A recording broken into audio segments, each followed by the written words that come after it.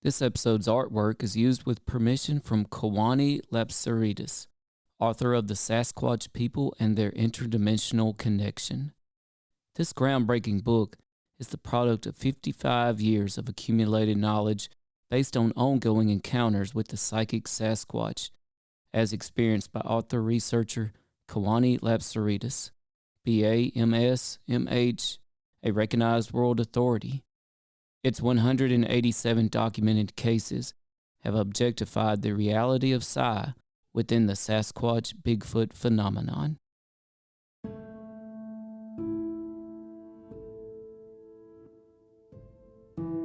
Previously on All Things Unexplained. I was on American Airlines flight.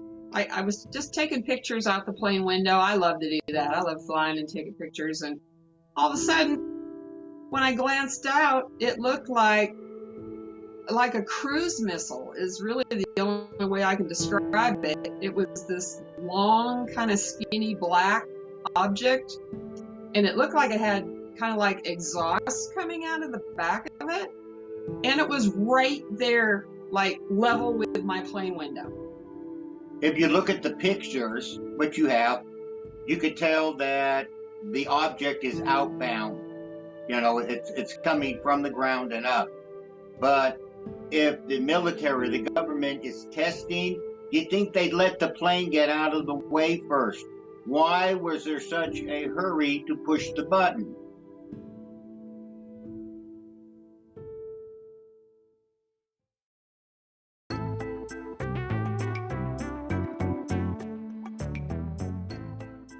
All Things Unexplained. Hosted by Dr. Mounts. Let's face it, we were always ready to roll without him anyway. CJ Derringer. Ain't nobody perfect, right? And Smitty Neebs. I've never planned out hardly anything my whole life. I just freeball. Featuring Cajun Man. I'm just old nobody, somebody looking for somebody.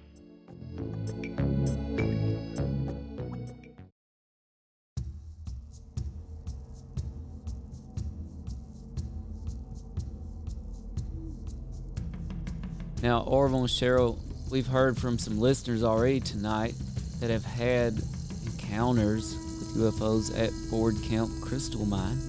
And we're speaking with Orville and Cheryl Murphy from Board Camp Crystal Mine in Mena, Arkansas. That's West Central Arkansas. You can find them at boardcampcrystalmine.com. Smitty and I are excited, and CJ are excited to hopefully take a trip there in the near future and spend the night and do an unexplained tour. Cheryl and Orville, could you tell us more? I think it would be helpful to know more about Board Camp Crystal Mine before we get into some of the UFO encounters and other paranormal encounters there. Well, long ago, this was all, native land. And so we bought the land. We were going to put in a campground, and we discovered the crystals. Large deposits. So we ended up opening up the crystal mine. Then we started having some strange activity, and I think the activity was going on around us all the time. It wasn't our turn to see it. But once you see it, you can't unsee. Then it opens up all kinds of new doors. But once things started happening, then that's when a lot of the native tribes started showing up here and saying, look, we got to talk, all right? And they taught us a lot of stuff about the earth and the natural energies of the earth. And to them, this was a place of peace. But they were saying that they call them the star people or the forest people. And they said there's certain spots on the earth where the star people and the forest people can move out, in and out freely. So there's other places they can't do that, like the veil is too thick or whatever. But could it be that the earth is 70% water? If you have a thin veil in only certain areas, 70% of the time it's going to be over water. That makes a lot of sense. And you know, my son is so excited. I have to tell you, Orville and Cheryl. We're speaking with Orville and Cheryl Murphy from Board Camp Crystal Mine in Mena, Arkansas. My son is so excited that we're talking to y'all tonight because he loves Josh Gates and Expedition Unknown. Loves them. Now, you all had an epic encounter at Board Camp Crystal Mine that was so phenomenal, it got Josh Gates and Expedition Unknown out to your property. Can you tell us more about that? Well, they came out and did the filming. I'll let Cheryl talk more, but they did a 4-part miniseries called The Hunt for Extraterrestrials, and they went everywhere all over the world. But the only place they really caught any decent footage of something they couldn't explain was here at Board Camp. Just as a little bit of history, yes, we found the crystals and opened the mine in 2012. So the first 5 years, we just had the public come out and dig crystals, and we enjoyed that very much. You know, having people come out and have a nice time, like we hope y'all will be able to do that when you visit. But what happened in 2017, there's a picture right above my head there on our poster that shows 3 beams of light shooting into the night sky. And my son was visiting, and we were just out a nice February night looking at the stars, and all of a sudden, that's not a photograph up there, but that's an artist's rendition of our description of what we saw. And this event started this whole thing. So first the horizon glowed white, and then these 3 beams of light shot up. And they lasted about 8 to 10 seconds. We were speechless. We had no idea what the heck this was. I mean, we live out, you know, there's no freeways out here, no big roads or anything, you know, that wasn't hunter's spotlights. The lights lasted about 8-10 seconds and everything went black. When we walked up there to the top of the hill the next morning, we found all the metal objects were affected. So we had fence posts. They were leaning. We had a great big old metal gate toppled over. Anything that was metal was somehow moved or otherwise affected. And, you know, we didn't have Ghostbusters' phone number at the time, so we didn't know really who to call. But we called a friend who knew about MUFON.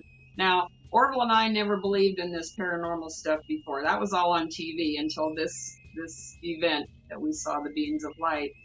And we called a friend and just told them, and they knew about MUFON, the Mutual UFO Network.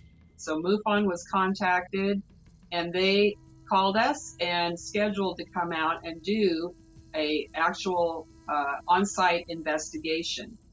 And the reason they came was because we had that physical evidence left behind, which was the metal objects were affected.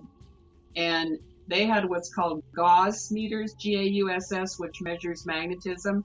And when they put those Gauss meters up to those metal objects, the readings just went through the roof. And MUFON was extremely excited because they said, this is proof that something really strange happened when you saw them beams of light. And they suggested it was probably a craft, some kind of a UFO type craft hovering over our crystal mine property, maybe even harvesting crystal energy. And at the time, we thought they were nuts to even come up with that scenario. But now we're believers. And, you know, we do wonder if the crystal deposits here, the geology here, could be an attraction to some of this phenomena, or maybe thinning the veil, so to speak, like Orville was talking about earlier. And we have had opinions from the natives who have come, and a lot of those people are drawn here. They've been drawn here, actually, to come and experience it here, and they've been teaching us and so forth. But anyway, through the MUFON investigation, getting back to Josh Gates, his network got a hold of our story, and they came out and filmed, and they actually did film what they could only define as a UFO. It was a strange object or light floating through our woods. They had a camera, and they got it on the episode. And we have a link on our website, boardcampcrystalmine.com, where it says see us on TV, and folks can go there, and that link should take them to their streaming provider to be able to see that episode. That was filmed in 2017. And I can't wait to meet your son. I hope you'll be able to bring him out. And we can talk about that. I'm glad. I hope if he saw that episode, then I would love to hear what he thinks about it. So anyway, that's how all this started for us. Like I said, we didn't believe in any of this stuff until we started to experience it. And I think that's probably true for most people. You know, you just go about your life and you don't think about, quote, paranormal stuff. But my definition of paranormal is that which science has yet to explain. And I think, you know, NASA, scientists, whoever, you know, as we all keep learning, witnessing, and sharing together, hopefully we'll come up with some answers one of these days. I was going to say, are you aware of any other locations that have a mass of crystals experiencing some of the same phenomenon? Not reported to us. Yeah, not reported to us. It's a great question. There are other crystal mines in our area, but no one's really come forward and shared with us any of their particular sightings that they may have had. And, you know, it's something that a lot of people, of course, don't want to talk about it, you know, because I just wondered if it was like a common theme for crystal mines is what I was yes. Trying to wonder. That was something that, if it was, what was drawing them. And that's a good question. Yeah, and crystals do have, obviously, an incredible, unique, I guess you would say, physical qualities about them. I mean, they generate some kind of vibrational energy. I can't really explain that scientifically, but obviously, they run our watches, they run our computers, somebody developed crystal radios, so they transmit sound. I mean, how does that work? You know, how does that happen? That's so fascinating about crystals. So whatever kind of vibrational energy they have, or something to do with magnetics. We've also had, I guess you would say, anti-gravity situations here, where we have pictures and videos from our game cameras that we set out over time of rocks levitating in midair. And that's just the strangest thing. But again, you know, what is this force field that maybe the crystals themselves is creating? I don't know. But it's spooky on one hand, but we're just not used to it, right? That's just not something that you would experience normally. And like I told Tim before too, we also have the Sasquatch aspect that has manifested here. And Orville particularly has had some incredible experiences with that. Well, Cheryl's had a lot too, so she could tell you just as many stories. Well, he's had some sightings, and actually many of our guests who come on our Unexplained tours, they've witnessed a lot of this too, either sounds or sightings, or I don't know. There's just so much that has happened here, and like I think I said earlier, you know, we've been startled by the events that we've witnessed, but we've not really felt threatened by them. So in our experience, it's been good, and we wouldn't have the public out here if we felt threatened. That's for sure. But it's just fascinating. It's a fascinating experience. Oh yeah, I tell you, two things that really fascinate me about the UFO phenomena at Board Camp Crystal Mine. And by the way, we've got Orville and Cheryl Murphy back with us. They were last here with us on All Things Unexplained in March of 2021. You can find that podcast, you know, wherever you listen to All Things Unexplained, Apple, Google, Spotify. And they're back with us now to update us on things from boardcampcrystalmine.com. And two things I find fascinating, Orville and Cheryl, is one, the possibility that unknown craft are using crystals as some sort of energy source. You know, our trained military pilots, this is why I have to question when I see reports to the New York Times from anonymous sources that most of the UFO sightings by our military are clutter or Chinese drones or weather balloons. These trained, and by the way, they really said that, weather balloons. That comes up all the time, right? Like, they blame it on weather balloons so often you would think you would see weather balloons all over the place. But these military pilots say, hey, these objects are doing things that our laws of physics cannot explain through an unknown means of energy. And crystals, I think, are as good of an explanation as any. Another thing you said that really caught my attention, the anti-gravity. You know, on some of our very first episodes, it was revealed to us someone who was a witness to one of the most famous UFO sightings of all time. He actually got a call from Dr. J. Allen Hynek of Project Blue Book fame. And Dr. Hynek revealed to our witness on the phone that they believe, it was their theory, Project Blue Book, that UFOs somehow were harnessing the power of gravity, which I just find amazing. And here at Board Camp Crystal Mine, you have a lot of that going on. We have a listener comment here from Tamara Radcliffe. It's true, crystals are very popular in Native American spirituality, Celtic, Wiccan, and other New Age metaphysical religions.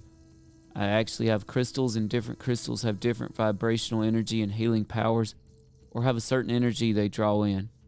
I've heard that a lot. Does that ring true with what y'all have experienced since you took over and opened Board Camp Crystal Mine? Yes, absolutely. I think Tamara explained it very well. Well, my wife and daughter are really love crystals, and they wanted to know what's the best time of year to come there to actually dig or hunt or whatever you do for crystals. I'm not really sure, but I got the nod to ask this question. I assume I'm going to be in trouble if I don't ask it. So what's the best time? When it's not too hot or it's not too cold, you're going to be outside. It's not too hot, not too cold. Yeah, you'll be outside digging. Yeah. If that's like Mississippi, that's going to probably be about 7 days out of the year. I think we got about 10 days. We're a little better.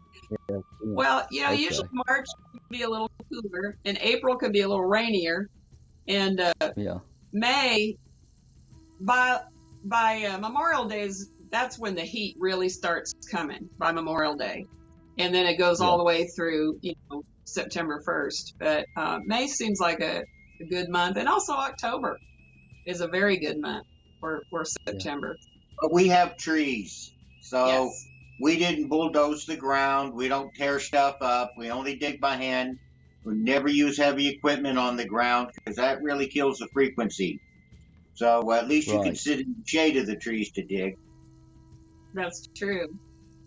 Well, that'd be good.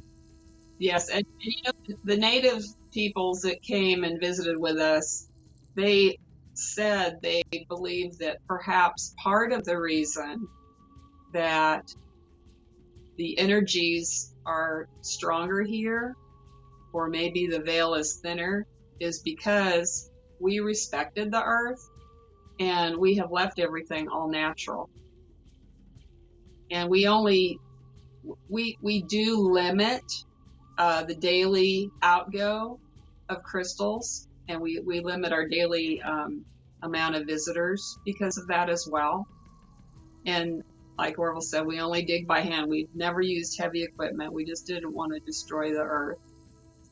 And so we think that perhaps that attitude and that process has maybe preserved some of that energy, and it's able to manifest naturally or in ways that we don't yet understand. Smitty listener Robin Weiss assures you you'll enjoy it so much you won't notice the temperature. Thank you, Robin. Well, that's probably true. Now, since we spoke last, Orville and Cheryl. We're speaking to Orville and Cheryl Murphy from Board Camp Crystal Mine. Find them at boardcampcrystalmine.com. They have their sign in the background, but if you're listening on podcast, their number is 479-243-0771, boardcampcrystalmine.com. You can take an unexplained tour there. You can spend the night. You can dig for crystals. And I've been told that everybody is drawn. One thing that stuck with me is something Orville told us last time, is that everybody seems drawn to a particular different kind of crystal for some unknown reason. Yeah, there. You were talking about the unexplained this, unexplained that, and to me, the strangest thing I've ever seen out here is this. Let's say you're out camping in Colorado. Something flies overhead. So you go home, get all your friends, go back, and you sit there for a month and it never comes back. You know what I'm saying?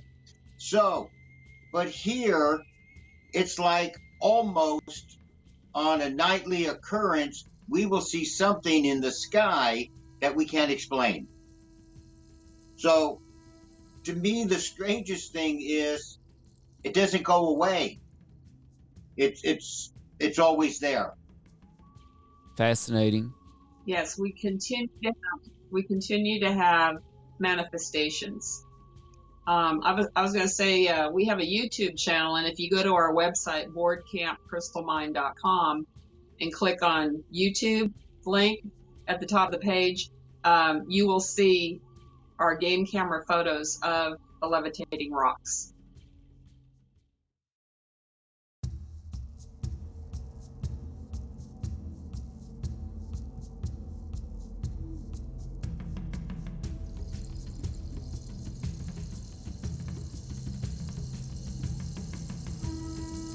And it's shocking. It's shocking. Wow. But it's got to be some kind of a force field, anti-gravity field. I mean, I don't know how to explain it, but what is causing that? It's just so amazing. And in one case, it's one rock. In another case, you'll see it's a bunch of rocks all over the place. And the game camera was taking pictures based on the movement of those rocks, of course. So whatever this energy is, it's just phenomenal. And we believe that energy probably has thinned the veil here so that we are experiencing visitations, possibly from another dimension. And we really wonder at this point if alien entities, intelligent alien life forms, and certainly intelligent, even Sasquatch, are they able to visit us from other dimensions? And they're interacting with us. That's the most amazing thing. I guess you'd call it a close encounter. Yeah, that's amazing. Since we last spoke, Orville and Cheryl, we've had a lot of folks tell us about the connection between Bigfoot sightings and UAP sightings. Can you tell us more about the Sasquatch, the Bigfoot encounters, or phenomenon that you've had at Board Camp Crystal Mine? To be continued. You've been listening to All Things Unexplained. If you liked this podcast, please do give us a 5-star rating and leave us a review. If you would like to hear more All Things Unexplained, be sure to follow us wherever you listen to your podcasts. Our show depends on the support of listeners like you. Find us on Venmo under the business accounts. Just look for @BigfootUFO. If you can't get enough of us, go ahead and check us out at allthings-unexplained.com. A special thanks to our producer, director, sound mixer, editor, and the man who wears far too many hats. No, seriously, he wears a lot of hats, Dr. Tim Mounts. Without you, we couldn't keep the lights on. Thanks for listening to All Things Unexplained.